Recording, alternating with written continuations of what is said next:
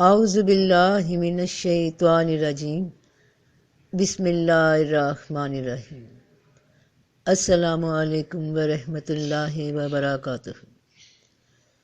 ایک بھائی نے سوال کیا ہے کہ make a video on concentration, how to focus while praying اور ڈوئنگ اینی ریگولر ٹاسک، یعنی ارتکاز توجہ، دھیان، فوکس کیسے قائم ہو نماز کے دوران بھی اور روزمرہ کے معمولات کے دوران بھی توجہ کسی ایک طرف کیسے رہے۔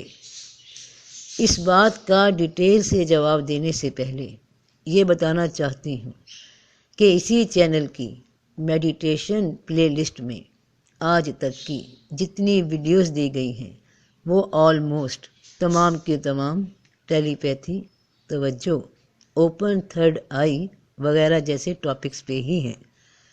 یہ وہ تمام بیان ہیں جو صرف میں نے بیان نہیں کیے بلکہ ان کو ایکسپیرینس کیا اور اس کے بعد جو دیکھا، جو محسوس کیا وہ بتایا، اور میں کسی بھی اپنے بیان میں کبھی کوئی ایسی بات شامل نہیں کرتی جس پہ صرف میرا علم ہو یا میں نے کہیں سے پڑھ لیا پھر بتا دیا مگر خود اس بات پہ پریکٹس نہ کی ہو، یعنی قول و فعل کے تجربے کے بعد بات کو بیان کرنا فرض سمجھتی ہوں، نہ کوئی بات بڑھا کے اور نہ کوئی گھٹا کے۔ ابھی گزشتہ سیکنڈ لاسٹ اس ویڈیو بیان میں میں نے اس بات کا ذکر کیا کہ بلا شبہ انسان بڑے بزرگوں سے، ان کے تجربات سے علم حاصل کرتا ہے، ان لوگوں سے سیکھتا ہے جو ہم سے پہلے کسی ہنر کے ماہر ہوں، ان سے معلومات ملتی ہے، مگر وہ معلومات ایک دائرے میں، ایک محدود دماغ کے دائرے میں بند ہے۔ ہمارے اصل علم اور مشاہدہ وہاں سے شروع ہوتا ہے جہاں مشاہدہ تمہارا خود کا ہو۔ مثال کے طور پہ آپ میں سے کوئی میڈیٹیشن کا شوق رکھتا ہے، اس نے بکس میں پڑھا، بہت سے صوفی حضرات کے تجربے پڑھے، سنے، تو اس کو ایسا سمجھنا چاہیے کہ یہ تجربے، یہ معلومات ایک پائیدان کی طرح ہے جس پہ سیڑھیاں ہیں۔ اس علم کا طالب ایک ایک کر کے سیڑھی پہ قدم بڑھا رہا ہے۔ آج کسی کی بات سنی، کوئی نیو بات معلوم ہوئی، ایک قدم آگے بڑھ گیا۔ کل میری کوئی بات سنی، معلومات بڑھی، ایک قدم اور آگے بڑھ گیا، یہاں تک کہ پائیدان کے اس مقام پہ آ گیا جہاں اگلا قدم بڑھانے کو کوئی سٹیپ ابھی نظر نہیں آ رہا، یعنی اب عمل کا وقت ہے، اور پہلے سے موجود معلومات سے اب خود انالیسس کر کے، تجزیہ کر کے، غور و فکر کر کے اس معلومات کے مضمون کو اب اپنے الفاظ میں لکھنا ہے کہ تمہیں کیا سمجھ آئی، اور پھر جو سمجھ آئی اس کے مطابق یہ تمہارا اپنا پہلا قدم ہوگا جو تم نے وہاں سے اگلی سیڑھی کی طرف اٹھایا۔ کل کوئی تم تک بھی پہنچے گا اور تمہارے آخری سٹیپ سے اپنا پہلا سٹیپ اٹھائے گا اور پھر ستاروں پہ کمند ڈالے گا، وہاں تک پہنچے گا، اور اس کے بعد آنے والے اس کے بڑھائے قدموں سے اگلی منزلیں طے کریں گے۔ یہ روشنی کا سفر ایک نیٹ ورک کی طرح ہے، جہاں کوئی سفر چھوڑتا ہے تو اگلا مسافر اس سفر سے آگے بڑھتا ہے۔ تو میں نے یہ قدم کب پایا، کیسے پایا، یعنی اپنے حصے کا علم کیسے پایا، کب مجھ پہ یہ عنایت ہوئی؟ الحمدللہ آج میں وہ بات تم لوگوں کے سامنے ظاہر کرتی ہوں۔ تم میں سے خدا کرے کوئی ایسا ضرور ہو جو میرے اس قدم سے اپنا پہلا اور اگلا قدم اٹھا لے، معلومات کے اس جہان میں اپنا حصہ لے اور پھر لوگوں میں بانٹے، اس اللہ کے فضل کو۔ آمین۔ تو شروع کرتی ہوں اللہ کے نام سے جو بڑا مہربان اور نہایت رحم فرمانے والا ہے۔ تو بات یہاں سے شروع ہوتی ہے کہ اللہ پاک فرماتے ہیں، جو کوئی دنیا چاہتا ہے تو ہم اسے سردست دنیا میں سے جس قدر چاہتے ہیں دیتے ہیں، پھر ہم نے اس کے لیے جہنم تیار کر رکھی ہے جس میں وہ ذلیل و خوار ہو کر رہے گا۔ یعنی جو صرف دنیا کے لیے کوشش کرتا ہے اللہ اسے دنیا میں سے عطا کرتا ہے، کیونکہ اس کی کوشش دنیا کے حاصل کرنے کے لیے ہی ہو رہی ہے، اور اللہ کسی کی محنت رکھتا نہیں۔ اور جو آخرت چاہتا ہے اور اس کے لیے مناسب کوشش بھی کرتا ہے اور وہ مومن بھی ہے، تو ایسے لوگوں کی کوشش قبول ہوگی۔ اور اللہ پاک فرماتے ہیں کہ ہم ہر فریق کو اپنی پروردگاری بخششوں سے مدد دیتے ہیں، عطا کرتے ہیں ان کو بھی اور ان کو بھی، اور تیرے رب کی بخشش کسی پر بند نہیں۔ یعنی عطا کرتے ہیں ان کو بھی جو دنیا کے طالب ہیں، اور عطا کرتے ہیں ان کو بھی جو آخرت کے طالب ہیں، اور یہ عطا، یہ بخشش تیرے رب کی کسی پر بند نہیں ہے۔ یہ صرف کسی خاصم خاص کے لیے مخصوص نہیں ہے، یہ صرف کسی پیر کے لیے مخصوص نہیں ہے کہ مرید اگر پیر سے زیادہ جد و جہد والا ہے تو بھی پیر سے کم پائے گا، نہیں، یہ عطا انسان کی جد و جہد میں ملتی ہے اور عطا کرنے والے کی جانب سے ملتی ہے۔ وہ جس بھی مقصد کو لے کر کوشش کرتا ہے، چاہے دینی ہو چاہے دنیاوی، وہ نتیجہ اپنے عمل کے مطابق پائے گا۔ تو اللہ پاک نے کہا کہ میری یہ بخشش کسی پر بند نہیں، تو میں نے پھر اپنے حصے کی بخشش کی تلاش شروع کر دی۔ میں نے اللہ کے فضل سے اس آخری سیڑھی سے اپنا اگلا قدم بڑھایا، اپنا راستہ بنایا، اپنے حصے کا علم حاصل کرنے کے لیے کوشش شروع کی، اور مدد ملی مجھے ایک ہی در سے، ایک ہی مقام سے، اور وہ مقام اللہ کا کلام۔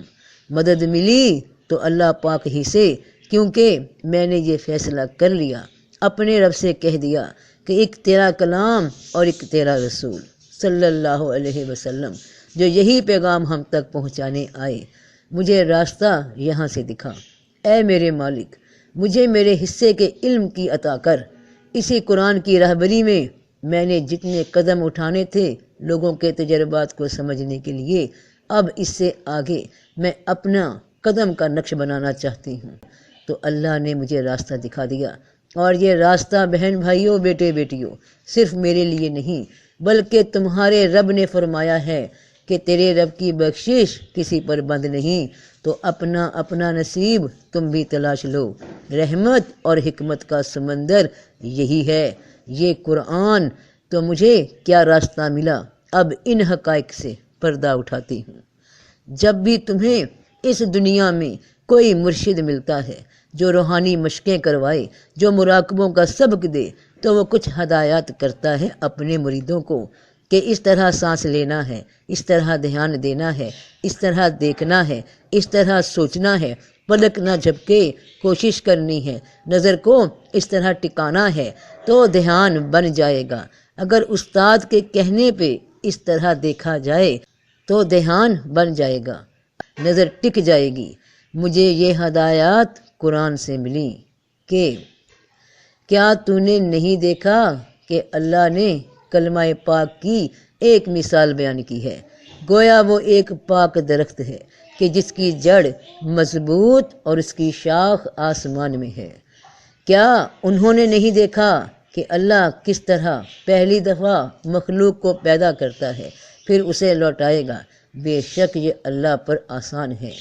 کیا تم نہیں دیکھتے کہ اللہ نے 7 آسمان اوپر تلے کیسے بنائے ہیں؟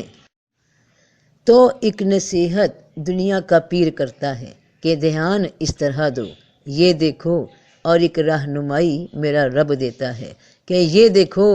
کہ تم نہیں دیکھتے کہ اللہ نے 7 آسمان اوپر تلے کیسے بنائے؟ یہ دیکھنا صرف آنکھ کا دیکھنا نہیں ہوتا، بلکہ اس پہ دھیان دو، اس پہ غور کرو۔ یہ ہیں وہ اصل آبجیکٹس جن پہ تمہارے دلوں نے دھیان دینا ہے، دل کی آنکھوں نے دھیان دینا ہے، ان پہ روحانی مشق ہونی ہے، روح نے حیات پانی ہے۔ تو جن آیات میں میرے رب نے مجھے ڈائریکشن دی کہ کیا تم نہیں دیکھتی، تو بس میں نے اسے دیکھنا شروع کر دیا کہ بے شک آسمانوں اور زمین کے پیدا کرنے میں، اور رات اور دن کے بدلنے میں، اور جہازوں میں جو دریا میں لوگوں کی نفع دینے والی چیزیں لے کر چلتے ہیں، اور اس پانی میں جسے اللہ نے آسمان سے نازل کیا ہے، پھر اس سے مردہ زمین کو زندہ کرتا ہے، اور اس میں ہر قسم کے چلنے والے جانور پھیلاتا ہے، اور ہواؤں کے بدلنے میں اور باطل میں جو آسمان اور زمین کے درمیان حکم کا تابع ہے، البتہ عقل مندوں کے لیے نشانیاں ہیں، تو بے شک نشانیاں ہیں۔ پھر مجھے اس بات کے علم کی بھی عطا ہوئی اپنے رب سے، اسی قرآن سے، کہ اللہ پاک اپنے جن انعام یافتہ بندوں کا ذکر قرآن میں فرماتا ہے، جن کو اپنا دوست کہتا ہے، جن کے درجے بلند ہیں، ان کی ذات ہمیں کیا اشارہ دیتی ہے۔ اللہ پاک بار بار قرآن میں ہمیں یہ اشارہ دیتا ہے کہ میری نشانیوں پر دھیان دو، کیونکہ یہ وہ نشانیاں ہیں، یہی وہ نشانیاں ہیں جو تمہیں مراقبے کی انتہا تک پہنچا دیں گی، غور و فکر کی انتہا پہ پہنچا دیں گی۔ یہ وہی معجزے ہیں جو عطا ہوئے خلیل اللہ کو، جن کے متعلق اللہ پاک نے فرمایا کہ وہ مکمل دین ہیں، حضرت ابراہیم علیہ السلام۔ انہوں نے اسی نشانیوں سے حق کو پا لیا جنہیں تم آج ترجیح نہیں دیتے۔ اللہ پاک بار بار فرماتا ہے کہ میرے دن رات دیکھو، میرے سورج چاند ستارے دیکھو، تم دیکھتے ہو اور پڑھتے ہو اور ایک عام بات سمجھ کر اس آیت سے گزر جاتے ہو، جبکہ اور ہم نے اسی طرح ابراہیم کو آسمانوں اور زمین کے عجائبات دکھائے، اور تاکہ وہ یقین کرنے والوں میں سے ہو جائے۔ پھر جب رات نے اس پر اندھیرا کیا تو اس نے ایک ستارہ دیکھا، کہا یہ میرا رب ہے۔ پھر جب وہ غائب ہو گیا تو کہا میں غائب ہونے والوں کو پسند نہیں کرتا۔ بس کیا یہ ایک ہی رات میں ہو گیا کہ حضرت ابراہیم علیہ السلام نے دیکھا اور کہہ دیا کہ میں پسند نہیں کرتا؟ نہیں، یہ نہایت گہرے غور و خوض کے بعد، دھیان دینے کے بعد، اللہ کی ان آیات پہ کنسنٹریشن کرنے کے بعد، ایک مدت کے بعد وہ حق تک پہنچے۔ جہاں تک چاند تھا، جہاں تک رات تھی، وہاں تک وہ معلومات کی سیڑھیاں تھیں جو پہلے سے موجود تھیں۔ اس میں ان کی محنت، ان کا غور، ان کا دھیان، ان کا مراقبہ، ان کی فکر، ان کا تجزیہ نہیں تھا۔ وہ علم، وہ ستارہ، وہ سورج، وہ چاند پہلے سے موجود تھے۔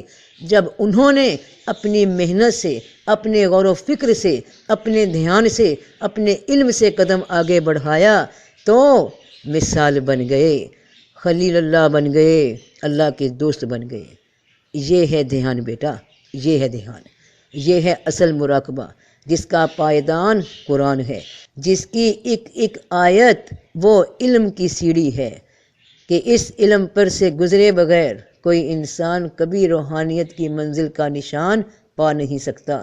یہ وہ عمل ہے جو عبادت کے دوران اور عام روزمرہ زندگی کے دوران تمہیں خود سیدھی راہ سے بھٹکنے نہیں دے گا، تمہاری توجہ بھٹکنے نہیں دے گا۔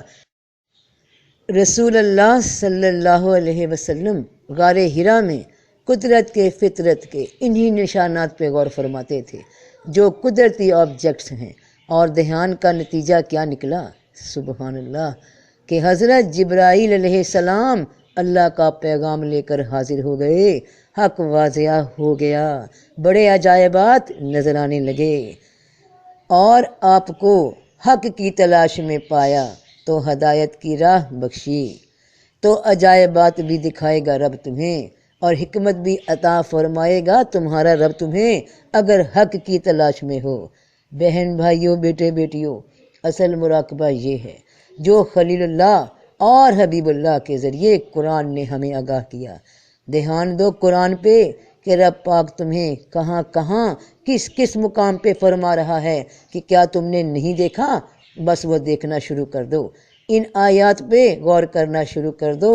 استاد وہ جو ہر دم تمہارے ساتھ ہے، تم پہ نظر رکھے ہوئے ہے اور اس کی توجہ تم پہ ہے، اور جب تم اس کی بتائی ہدایت پہ دھیان دو گے، غور کرو گے، توجہ دو گے، تو وہ تمہاری نظر میں توجہ پیدا کر دے گا، تاثیر پیدا کر دے گا۔ یہ میرے رب کا کہنا ہے۔ ہم ہر فریق کو اپنی پروردگاری بخششوں سے مدد دیتے ہیں، ان کو بھی اور ان کو بھی، اور تیرے رب کی بخشش کسی پر بند نہیں، تو اس کی یہ عطا کسی پہ بند نہیں، تو اس کی یہ عطا کسی پہ بند نہیں۔ تو جاؤ تم اپنے حصے کی عطا، اپنے حصے کا علم اس سچے استاد سے طلب کرو، اس کی ہدایت پہ عمل کرو، غور کرو، تمہیں رنگ لگ جائیں گے۔ اس کی نشانیوں پر غور کرو، وہاں فوکس کرو، تمہیں رنگ لگ جائیں گے۔ بہن بھائیوں، بیٹے بیٹیوں، تمہیں رنگ لگ جائیں گے جیسے میرے رب نے مجھے عطا کیا۔ اللہ ہر ایک حقدار کو ادا کر، جیسے تو نے مجھے رنگ لگا دیے، اے میرے اللہ ہر طلبگار کو رنگ لگا دے۔ اللہ اکبر، آمین یا رب العالمین۔ جاؤ جاؤ، یہاں کوئی پیسہ طلب نہیں کرتا، یہاں رحمت کے در کھلے ہیں، یہاں کوئی دنیاوی نہیں، یہاں سچے رنگ ہیں، میرے مولا کے رنگ ہیں۔ اللہ اکبر۔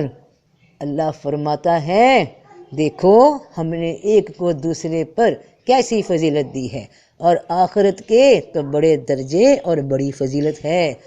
اور اللہ کے ساتھ اور کوئی معبود نہ بنا، ورنہ تو ذلیل بے کس ہو کر بیٹھے گا۔ تو سب کا بھلا، سب کی خیر۔ جیتے رہو بہن بھائیوں، بیٹے بیٹیوں، فی امان اللہ۔